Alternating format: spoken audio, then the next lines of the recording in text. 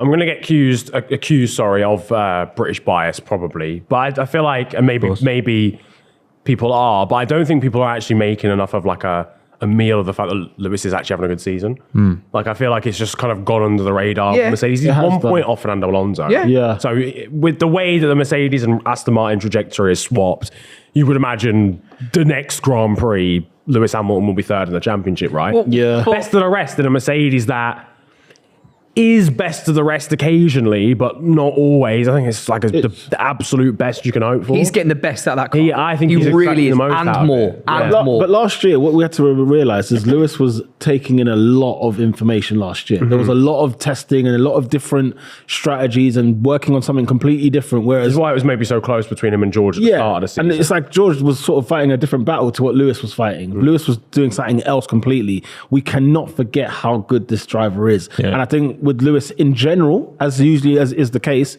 we forget, we kind of jump onto him a little bit late. Oh, bloody hell, he actually really is that good. He really is that guy. He really is Lewis, that good. Lewis is always, in terms of like his talent, people jump onto it late, unless you're like an avid Lewis fan or a Mercedes fan or whatever.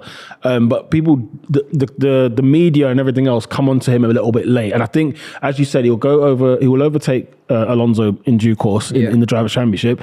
And then they'll be like, do you know what? Lewis has actually had a really good season. And it's like, well done, Sherlock. You know why? You know why? It's because he's not dominating like he did. And I feel like for Lewis, since the reg change and the car's not been the car that he's driven for a long time, mentally he's like, oh my God, I'm Lewis Hamilton. I'm so many times world champion. This shouldn't be happening to me. That's probably going through his head, bruv. The conversation as well is that That's probably what's going through his head. There's a lot of Mercedes talk this season was very much about how they need to change this philosophy.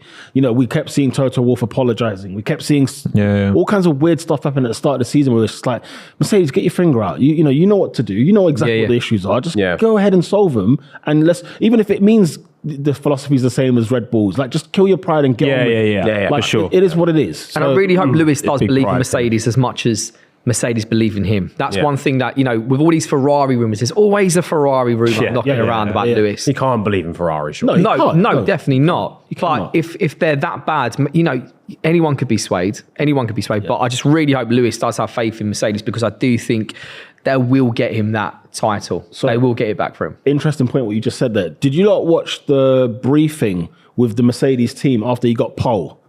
And he walks into the team. He walks into like whatever, their sort of press area. Yeah, no, sorry, it's just for the team. So okay, cool. Check. Inside their motorhome. And he kind of walks in there and it's like, what, there's nobody else like gassed as I am? Like, what? Come on, guys. Like, we've got pole. Yeah. Like, we can make something out of this. So, and it seemed like there's a guy that I think is it James Allison. He was the kind of person who would be like, we can try. We're going to try our best. We're going to do everything we can to get this win.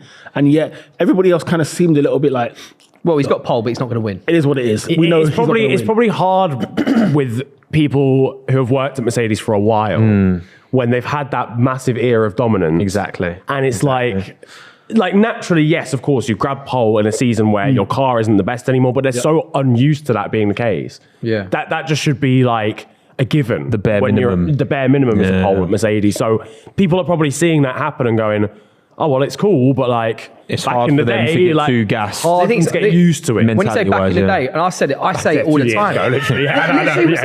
When you actually think it is only 2 years ago, but so many of the staff at Mercedes I would were there. consider that the dominance, the glory days of Mercedes. But the regulation change was so big that it might as well be 50 years ago. Exactly. The cars are fundamentally, it's the biggest regulation change since like the early 80s. So. I just think both parties, okay, they still work really well together. We've seen, Pole, and he will get third. There is best shot. But I also feel like they need to believe in each other more. It's fixable.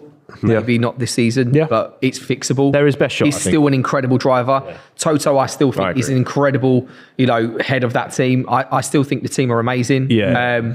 And I still think George Russell is a great number 2 driver. He's not a number 1 driver yet. Yet, and I think he will be. Yeah, but that's just focus on you are a number 2 driver.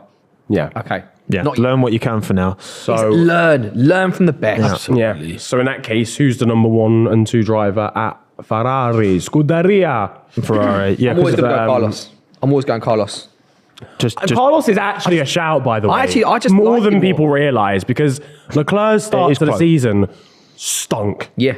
Really stunk. And he's overtaken Sainz in the championship now after what happened today by 7 points. So there is an argument. Obviously, you could flip-flop back to Leclerc. But the first 6 races of the season were horrendous. It's 8-4 to Leclerc in qualifying. And I would say 1 lap pace, I think it's... Leclerc's for me, it's always Leclerc got to be better on 1 lap pace, but ultimately 1 lap pace is less of a factor than race pace and the whole. And Carlos is the one who's more likely to, there's been times this year where it felt like Charles has just been like, fine, we'll just do whatever you say. Whingy, just whingy. Whereas Carlos will do what he feels like. Carlos knows what he's talking about. Yeah. That's the first thing. He'll pull rank on the team. He'll pull rank on the team. And Charles doesn't do that enough. Which, by the way, he should, because every time Leclerc has trusted the team, they've flopped him every time. Yeah.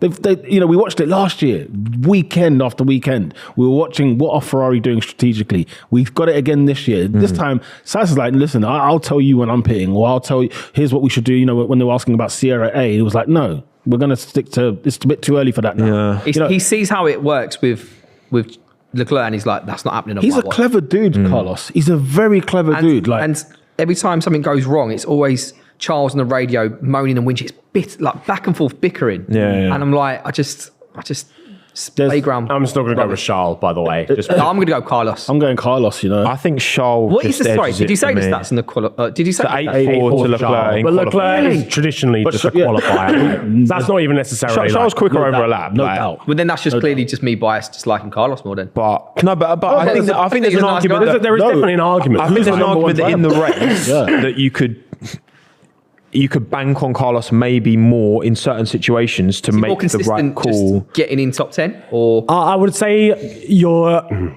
when Carlos first signed for Ferrari, there was a lot of mistakes, but I think it was just because he was getting used to the car. Yeah. But overall, in like a career sense, I think Carlos is the more reliable in terms of like, he's not just going to throw it at the scenery. No. Whereas Charles will be on a qualifying lap and just bin it in. Charles will push over, and over push the car. But it's because he is probably 1 lap wise quicker than Carlos is. Oh yeah, I think if today hadn't happened, and I mean, again, I think it was like 50-50 between him and Piastri. Carlos just closed the door, but Piastri, there was a moment on his where outside as well. Yeah. So it's a tough one. 3 wide. If Carlos finishes 4th today, for example, which could quite easily have done if he was still in the race, probably choose Carlos, really. But I'm going to go with Leclerc because fuck the feds. Yeah, I think we're kind of split down the middle. Yeah. Which is a nice way to round it out because obviously Red Bull is Verstappen. So right. Anyway, and we've already talked about that to death, so I think we should wrap it now. Lads, thank you, again for coming on.